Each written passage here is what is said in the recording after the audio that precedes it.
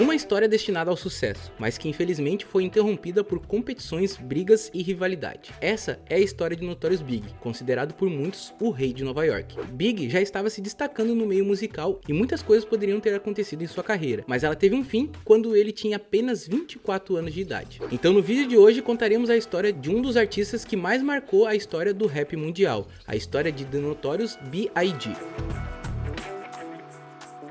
Salve, salve rapaziada, meu nome é Digo Black e este aqui é o canal Espalhável. No vídeo de hoje a gente vai falar aí uma história que eu curto muito e é um cara que eu curto bastante, mas não sou muito fã, tá? Porque se eu falar, pô, curto bastante, sou fã, os caras eu vou falar alguma coisa errada que os caras falam, mas tu não era fã, não sei o quê. Seu poser. É, seu poser, mas não, gosto bastante das músicas do Notorious Big. E também trouxe aqui o meu amigo Philos Lucas, que ele sim, ele é fã exímio, tá ligado? Ele não, mano, ouve todas as músicas, sabe todos os álbuns e vai me acompanhar no vídeo de hoje. E aí, Philos Lucas, como é que estamos? E aí, Digo, tudo certo? E aí, galera, tranquilo? Gosto bastante do trabalho do nosso amigo Notorious Big, um cara que faz muita falta aí pro rap mundial, né? É, não, ele pior que ele faz. Tanto ele quanto o Tupac, né, mano? Os caras são realmente muito, muito foda. Mas então, no vídeo de hoje, qual que vai ser a média de like aí?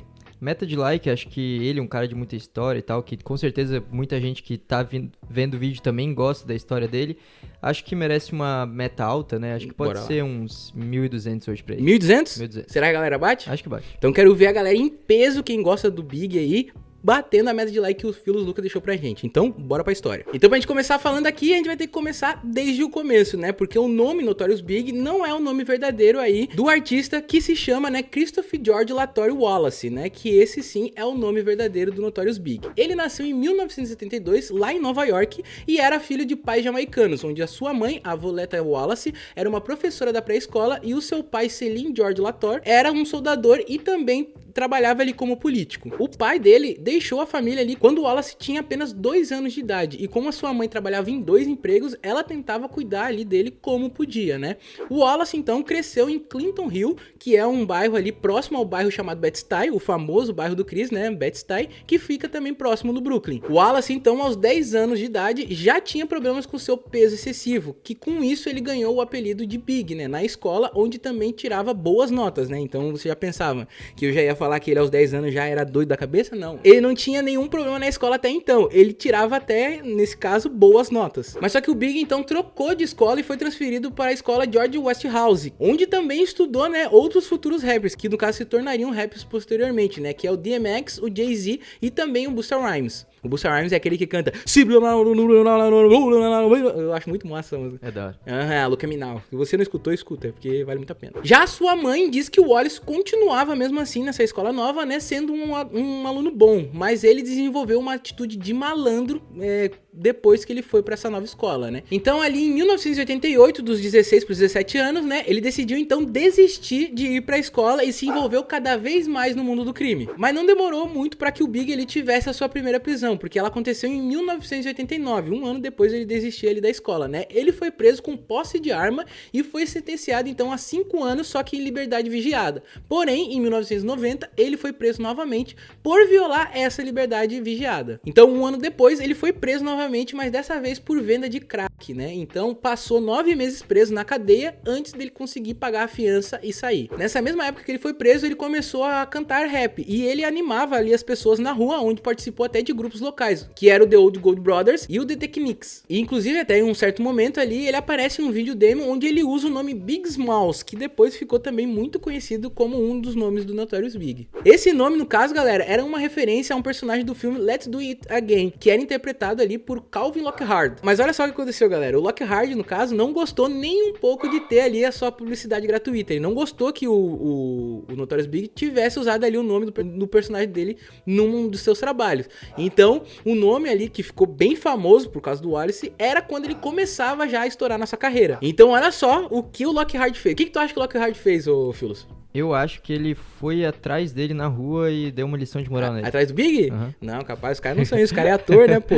O cara botou um advogado e processou o Big ali e forçou ele, então, a mudar o seu nome, que depois, então, foi escolhido no Notorious Big, mas depois a gente vai contar isso mais pra frente pra vocês. Então, em 2 anos, o Big trabalha ali na sua carreira e depois disso ele já começa a colher alguns frutos, onde em março de 1992, ele apareceu em uma coluna na qual identificava e divulgava novos rappers que não tinham ainda um contrato. E lembra aquela demo que eu falei pra vocês que ele fez? Essa demo fez com que ele abrisse portas ali pra sua carreira, né? Pois ela foi ouvida ali pela Uptown Records e pelo seu produtor, que na época era o Sean Combs, que conseguiu, inclusive, ainda uma entrevista com o Big. Então, nessa entrevista, eles conversaram e com isso o Big foi contratado ali pela Uptown.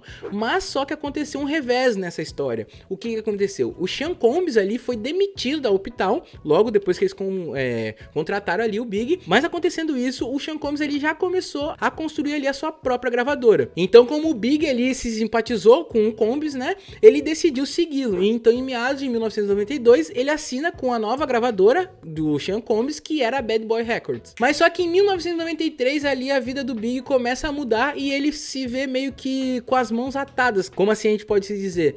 Então ele fica na dúvida, né, entre escolher o certo ou o errado a fazer. Isso porque no dia 8 de agosto de 1993, a ex-namorada do Big dá à luz a sua primeira filha, que é a Tiana. O Big já havia terminado com essa namorada, mas ele assume e decide dar uma boa vida para ela, decidindo então continuar a vender drogas para ajudar financeiramente a sua filha. Porém, quando o Sean Combs ele descobre isso, ele força ali o Big a desistir de fazer isso, porque imagina, ele tava começando a alavancar sua carreira musical e tudo mais, vai começar a vender droga? Não dá, né? Se um artista brasileiro aqui que agora tá fazendo muito sucesso começasse a se envolver com tráfico. Tipo, acontece tudo mais, no meio do trap e tudo mais, mas tipo, meio que mancha a carreira da pessoa, né? Porque imagina, nenhum patrocinador de uma grande marca vai querer se vincular a uma pessoa dessa, né? Então, focando ali na sua música, o Big ganha exposição no remix do single de Mary J, que era intitulado Real Love. E aí ele começa a usar o pseudônimo The Notorious B.I.G., que é aí que vem esse nome que tanto ficou famoso, né? A música alcançou a 7ª posição nas paradas da Billboard, o que ajudou ainda mais a alavancar a carreira do Big. E no mês seguinte, então, outra mudança ocorre ali na vida do Big, que é quando no dia 4 de agosto de 1994 ele se casa ali com a Faith Evans. A Faith Evans também participava ali da gravadora da Bad Boys, né? E 5 dias depois disso, depois do casamento, né, ele tem a sua primeira parada pop de sucesso como um artista solo. A música Juicy alcançou a 27ª posição na Billboard 100, que é ali a lista das músicas mais tocadas mundialmente, né, que quando o cara entra nessa lista aí, o cara realmente estourou a boca do balão. Com isso, ele acabou vendendo ali mais de 500 mil cópias e a música ele foi certificada com um disco de ouro. Então, no dia 13 de novembro de 94, o Notorious lança seu primeiro álbum de estúdio, né, o intitulado Ready to Die, e esse álbum alcança ali a 13ª posição na Billboard 200, que é a lista ali de álbuns mais tocados mundialmente. E também esse álbum foi certificado 4 vezes platina, então realmente tocou em todas as rádios. O álbum ainda, galera, foi lançado quando o hip hop da West Coast, que é a costa oeste, né, estava em alta nas paradas dos Estados Unidos, pois tinha rappers como Eazy-E, Snoop Dogg, Dr. Dre, Ice Cube, Tupac Shakur e entre outros que faziam muito sucesso na época, né? A costa leste, que é a East Coast, também tinha grandes nomes no rap, como Nas, Run DMC, Public Enemy, LL Cool J, entre outros artistas também. Mas como o gangsta rap estava em alta na época, foi esse álbum do Big que reinventou o rap da costa leste para a era do gangsta rap, botando então a costa leste, né, a East Coast, no jogo do gangsta rap. O álbum ganhou então elogios e a produtora lançou mais 2 singles. O hit, né, muito escutado, Big Popa, I wanna be the city on the pop, and the way that I wanna be the on the pop. Canta aí pra mim. Não consigo completar. Pô, mas tu não era fã do cara, mano? Mas é que eu parei de ser fã bem quando lançou essa música. Bem quando lançou essa música? Uhum. Bem no começo da carreira, tá ligado? Parei de ser fã já no primeiro hit, tá ligado? Tá ligado? Mas então, galera, esse hit aí ficou em primeiro lugar nas paradas dos Estados Unidos, né? E o One More Chance também foi um outro hit aí que eles lançaram que vendeu mais de 1.100.000 cópias em 1995, sendo também certificado como platina. O Big então começa a se tornar muito conhecido, né? E começa a fazer vários amigos, que inclusive, né, o Tupac se tornou amigo dele, né? O Lil Cease, que é um primo de Big, disse que os dois andavam bem próximos, né? Andavam sempre juntos e até viajavam juntos na época quando eles não estavam produzindo, né, para suas carreiras. Outra coisa ainda é que um MC de Oakland chamado Yuki Maltz disse que o estilo de Big foi muitas vezes inspirado no estilo de Tupac. E eles realmente eram bem amigos antes de toda a famosa treta, né? Outra amizade de grande nome também do Big foi o jogador de basquete Shaquille Shaquille O'Neal, que quando eles começaram a se aproximar para ser amigos, foi quando o Shaq ouviu a música Gimme the Lot, que é a música que o Big ali menciona o Shaq nas letras. O Shaq então começou a se interessar pela música e pediu então uma colaboração ali com o Big, que resultou na música You Can't Stop the Ringing. Isso não era algo comum, fazer tipo o Big fazer feat com outras pessoas, porque segundo até o próprio Sean Combs, o Big não fazia música com quem ele não respeitava. Então isso mostrava que Big tinha um enorme respeito pelo Shaquille O'Neal. E lembra que eu falei lá no começo que nos anos 90 ele foi preso e começou a cantar, onde até participou de uns grupos? Logo depois disso, então, lá no início dos anos 90, o Big formou seu próprio grupo, que era o grupo de hip hop Junior Mafia.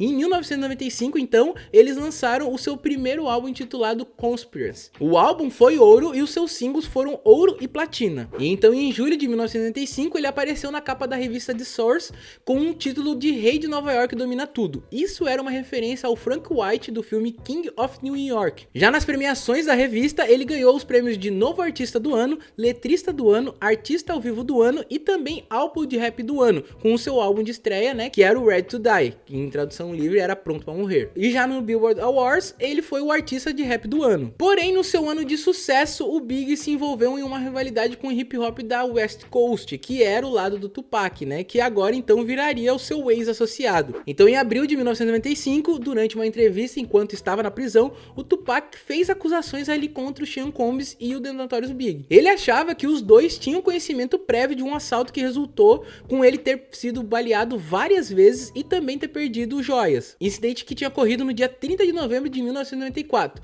Mas no momento desse ataque, o Big e sua comitiva estavam em um estúdio em Manhattan e negaram tal acusação, é claro, né? Depois da prisão, em 1995, quando ele foi solto, o Tupac assinou com a gravadora Death Row Records, que era a produtora do Suge Knight. O Suge ali pagou a fiança de 1,4 milhões de dólares em troca que o Pac ali assinasse um contrato de 3 álbuns sob o nome da produtora da Death Row Records. Então, com isso, a Bad Boy Records e a Death Row começaram a ser rivais nos negócios e isso gerou várias brigas intensas, tá ligado? Que é o caso, tipo, que até hoje a galera fica, tipo, com essa rivalidade até de gravadoras, de rappers e tudo mais, né? Que eu acho que como rap é união, tem que se unir todo mundo, tá ligado? Então, o segundo álbum do Big ali começou a ser gravado em setembro de 1995, mas as gravações tiveram ali que ser interrompidas por 18 meses. Isso porque o Big ali estava com prejuízos, envolvido em disputas legais e também se envolvendo cada vez mais em brigas no meio do hip hop.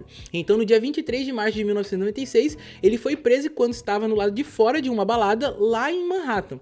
E o motivo da prisão teria sido porque ele ameaçou matar 2 pessoas que estavam atrás de autógrafos, quebrando assim a janela do táxi e puxando um deles para fora do veículo. Isso foi um caso que o Big até se declarou culpado por assédio em um segundo grau e foi sentenciado a 100 horas de serviço comunitário.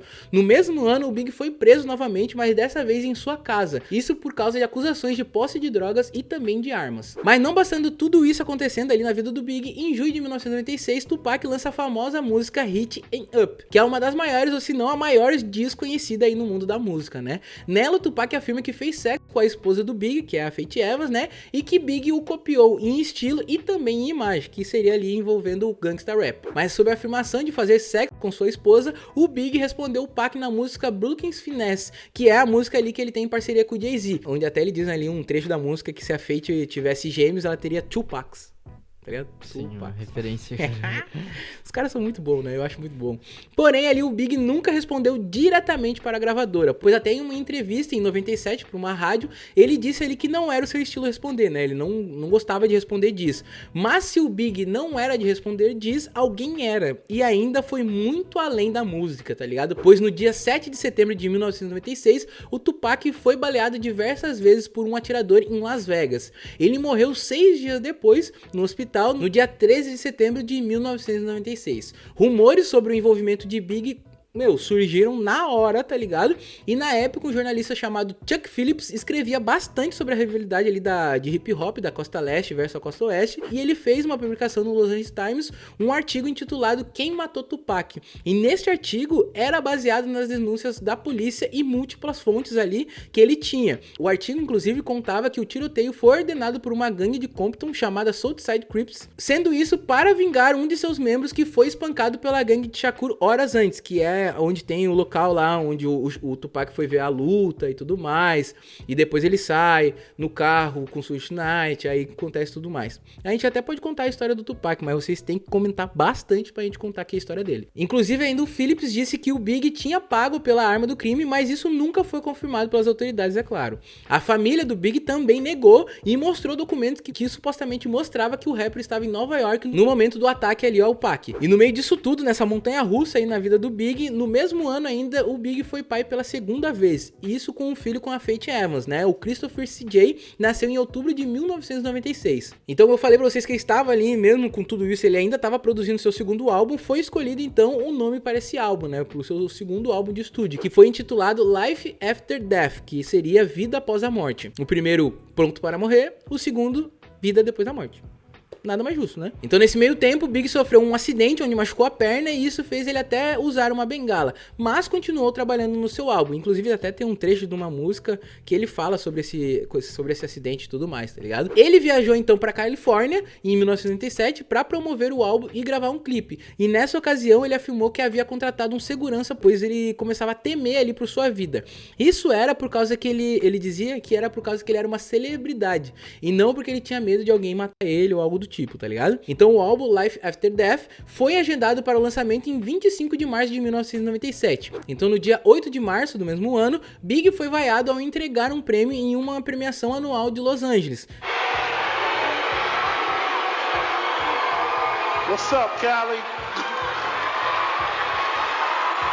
E depois disso participou de uma festa que tinha como convidada Faith Evans, Sean Combs e outros membros de gangues de Crips e Bloods. Só que aconteceu uma coisa, nessa festa os bombeiros fecharam a festa mais cedo devido à superlotação do local e com isso o Big saiu com a sua comitiva em 2 carros suburbanos para retornar ao hotel. Em um deles o Big estava no banco do passageiro dianteiro e junto com ele estavam seus associados, o Damon, que é conhecido como D-Rock, e o Lil Cease, que era o primo dele que eu acabei citando mais antes pra vocês, e também junto deles o motorista D-Money. E no outro carro estava o Combs, o Sean Combs, né, e os outros 3 guarda-costas. Então ali por volta das 00:45, as ruas estavam cheias de pessoas que estavam saindo ali do evento e com isso o carro de Big para em um sinal vermelho.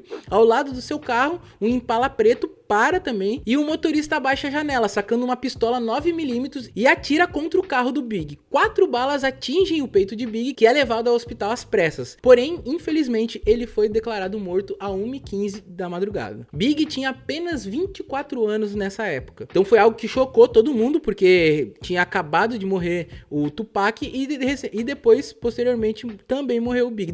Digamos da mesma forma, né? O carro parou do lado e matou ele. É bem bizarro até de pensar, né? Sempre que eu leio sobre essa história, tipo, eu até já decorei muita coisa que eu vi várias vezes e como a história de um intercala com a outra, assim. Parece que realmente a vida de um ia meio que na vida do outro, a vida do outro, né? Loucura isso aí. Então o seu funeral ali foi um grande evento, né? Claro, que aconteceu em Manhattan. No local tinha cerca de 350 amigos, incluindo as personalidades da época, como o próprio Lil Cease, Busta Rhymes, Mary G, Round MC, entre outros artistas. E depois de 60 dias de sua morte, o segundo álbum dele foi lançado, sendo dividido em 2 discos. Esse álbum também alcançou o número 1 da Billboard e ele também tinha uma gama muito maior de convidados e produtores do que o álbum anterior. Com isso, então, o álbum foi muito bem avaliado e em 2000 foi certificado diamante, sendo a maior certificação para um álbum solo de hip hop. Depois da sua morte, algumas músicas, letras e até participações foram feitas com produções póstumas, né, que ele já tinha gravado. Porém, até hoje se levanta várias suspeitas e teorias para saber quem foi o mandante ou o atirador que tirou a vida de Notorious Big, tanto dele quanto até mesmo do Tupac.